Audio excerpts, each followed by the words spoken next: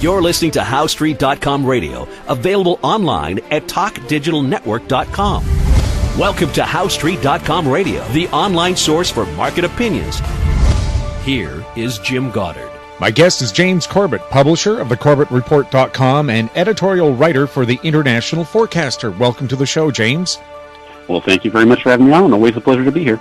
German Chancellor Angela Merkel has been named the Person of the Year by Time magazine. Does she deserve it, considering that they were also looking at the head of ISIS and Donald Trump?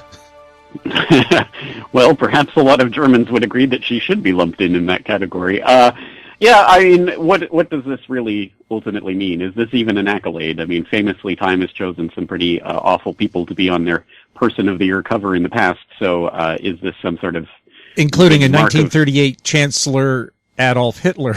Well, exactly right. I mean, this is not necessarily a mark of some great accolade. So I take it for what it's worth. Is she that important on the big scheme of things? Well, I guess you could argue that Germany has been pretty central to what's going on in Europe over the past year, especially, of course, with the beginning of the year and the Greek meltdown, and now with this refugee crisis. So, I mean, there's something to the fact that she's an important person in the European political landscape, but personally, I wouldn't, if Time put me on the front cover, I wouldn't even care. In fact, I would see it as something of a black mark. So I don't know. I don't think it's that much to be worked up about. Well, they said part of it, too, was her dealings with Putin and smoothing things over, where, you know, the U.S. didn't want to talk. Well, yes. I mean, Germany has an interesting relationship to Russia because obviously it is closer in just geographically, but also in terms of its economic ties.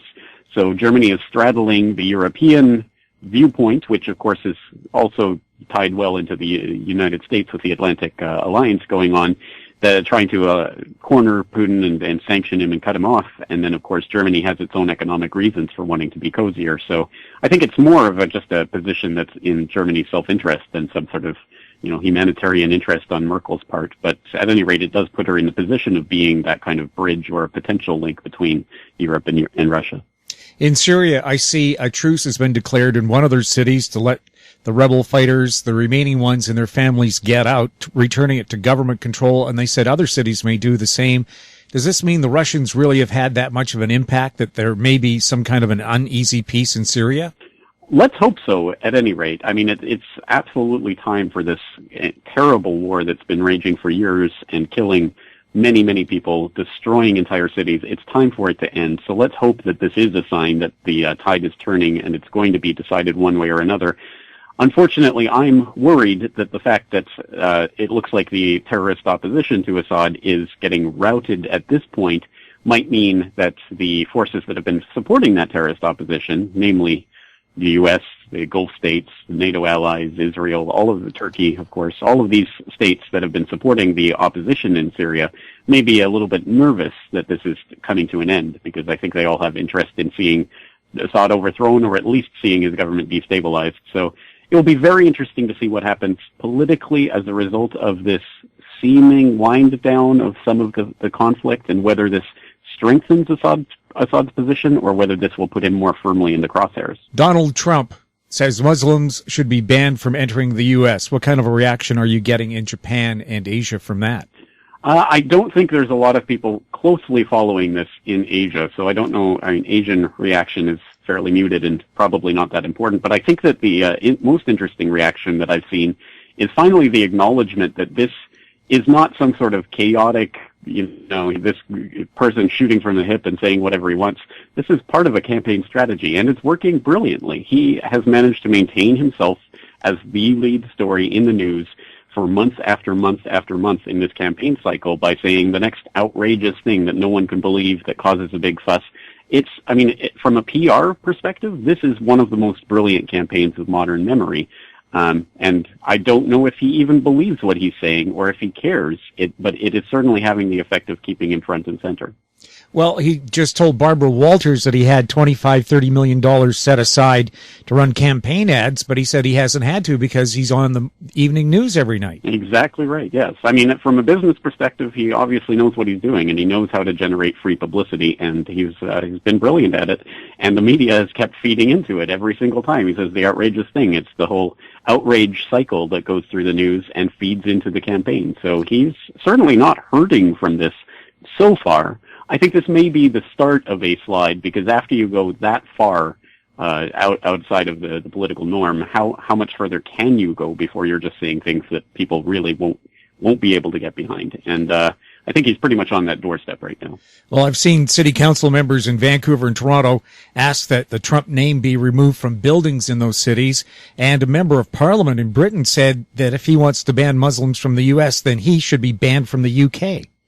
A Scottish university's also removed his honorary degree that they gave him. Right, well, which might be something of a problem for a future president of the United States, don't you think?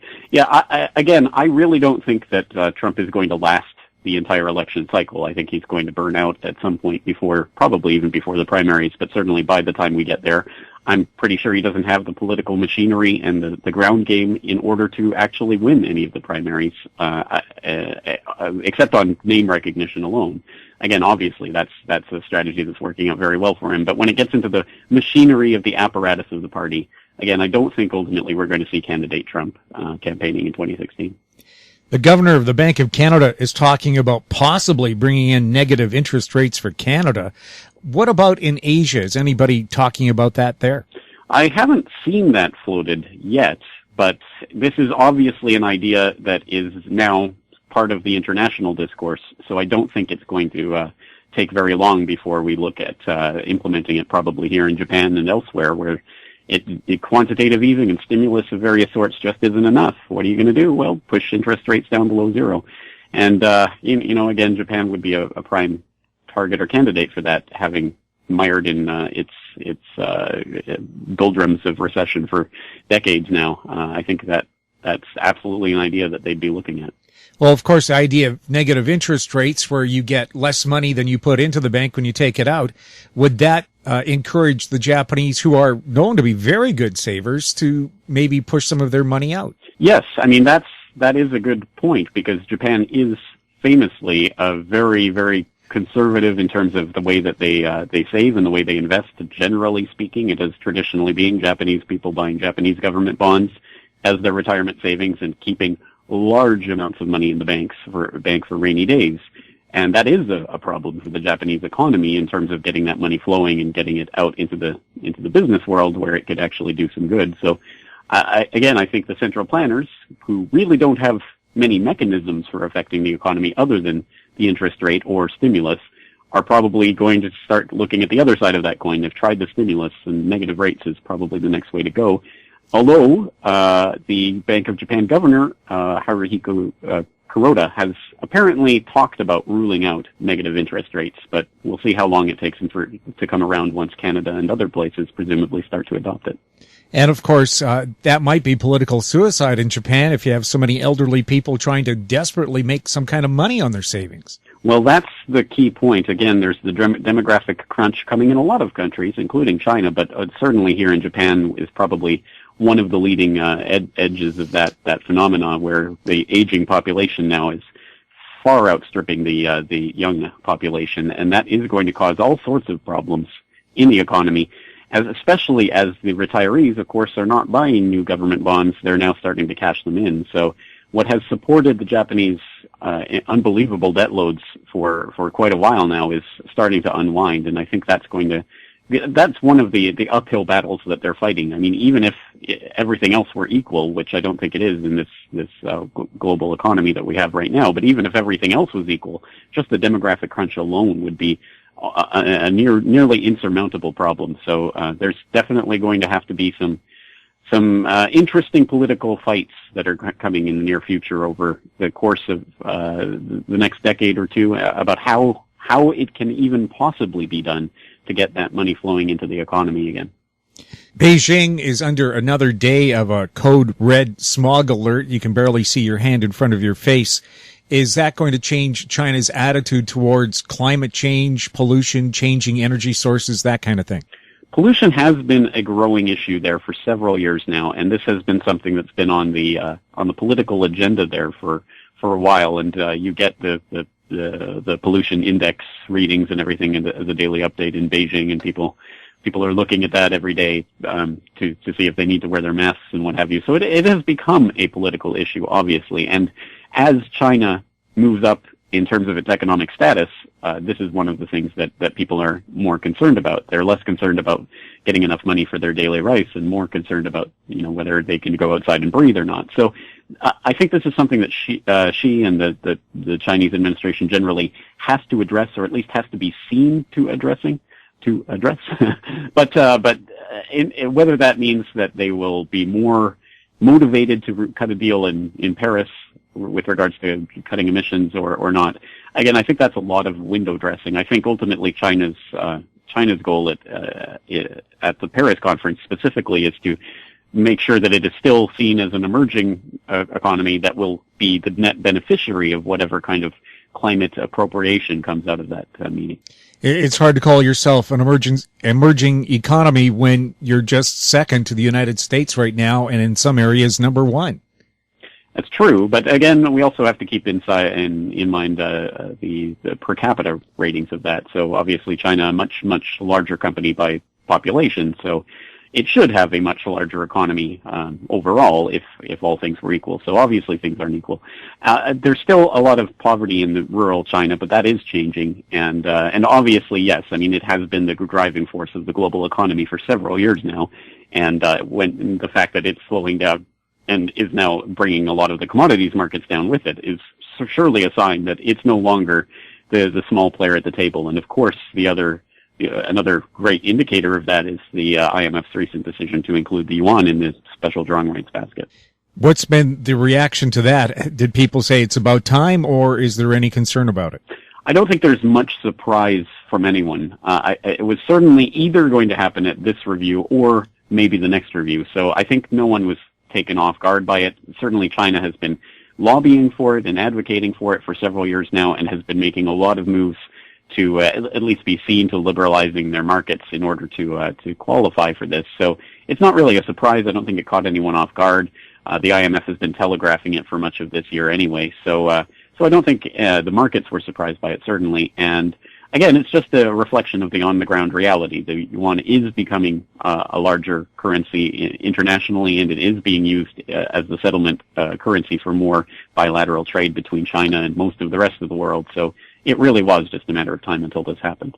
China said it was going to go after the people who caused the Shanghai Stock Exchange to drop dramatically. Have they made many arrests? They did make a round of arrests back this summer when it was crashing. I haven't heard any follow-up as to if there were more arrests on that side, but I know there were open-ended threats that anyone that is seen to be selling into the market and trying to profit from the downside would be dealt with appropriately. And I'm pretty sure that most traders in China got the message that anything that's seen as trying to profit from a downfall would definitely be investigated and dealt with appropriately. So I'm not sure. I haven't seen any follow-up reporting about any more arrests, but the threat certainly is out there on the table. We'll have more with James Corbett right after the break. Unbelievable harmonies, spectacular performance, the ultimate tribute to the Everly Brothers and Simon & Garfunkel. Bird Dog and the Vintage Electric Band, Saturday, January 9th at the Alex Goulden Hall. Buy online and save at ontourtickets.com. See singing impressionist Andre Philippe Gagnon. And I think to myself, in Oliver, December 29th. In Kelowna, December 30th. Buy online and save at ontourtickets.com. Welcome back. We're speaking with James Corbett. What's the latest on Fukushima? Well, the latest that I've seen is that a retaining wall that they built as a protection against the groundwater that's flowing through the site and out into the ocean that they've just built is now already leaning and apparently not working the way they thought it was. And this is just the latest in a series of bungling mishaps that they've basically tried to throw up to at least give the world the impression that they're attempting to do something about the groundwater situation. People might remember the ice wall that they tried to install last year that didn't work in the way they thought it was or hoped it was going to work. And now they've built a retaining wall. They apparently can't even do that, so they're now reinforcing the wall with steel pillars. Just another example, I think, of just how much of an ongoing disaster that site is, and the fact that they still don't have even the ancillary effects of that disaster under control. Because let's keep in mind the fact that radioactive groundwater is seeping through the site and out into the ocean is not the not the root of the problem. The root of the problem is still the radioactive cores, that they don't know precisely where they're lying. They don't know how they're going to even start getting near them to find out where they're lying, let alone contain them or in some way clean them up. I mean, that's a generational project at this point. So it's an ongoing concern, and whatever TEPCO is doing is, at this point, well, a lot of window dressing and downplaying, I think, probably to keep things under wrap for the 2020 Olympics, to make sure they go off without a hitch. Are the Japanese people being told the actual state of the place? There has been some degree of reporting on this in the Japanese press, and some reporting better than others. But it is, of course, just naturally, it is ebbing from the news cycle and being replaced by more of the kind of economic concerns that are the more day-to-day pressing concerns for a lot of Japanese people here. So there has been some reporting on this, and it still continues to appear in the Japanese news, and updates like the retaining wall and things do get mentioned in the news, but it's certainly not the center of political attention at this point. What are the big economic concerns right now in Japan? Well, actually, if you believe it, the revised figures from the Japanese government's cabinet office for the third quarter GDP show that the GDP grew at an annualized rate of 1%, instead of, as previously announced, contracting by 0.8%, which means technically Japan is out of recession. Yay, good times are here again, if you can believe those revised numbers anyway. But regardless, I don't think anyone is thinking that this is necessarily we're into the land of milk and honey here in Japan. I think that there's definitely still structural issues with the economy, and as I say, the demographic issue is going to be continue to be a pressing concern with no end to that in sight. But beyond that, obviously, Japan's growing reliance on its Chinese trade, of course, hurts it when China is in an economic slowdown, as it is right now.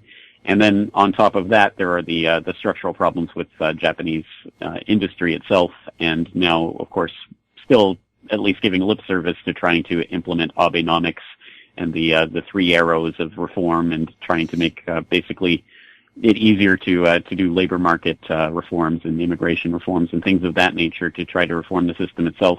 Again, there hasn't been really anything to speak of in terms of success, or let alone much progress with regards to those arrows. So I don't think anyone's expecting much from it. Again, Japan has been in doldrums for a couple of decades now, and this doesn't seem like it's really going to change anything fundamentally. Has the Japanese government tried things like financial incentives for people to have children, to have more children? There are child benefits, and I believe they have been increased in recent years.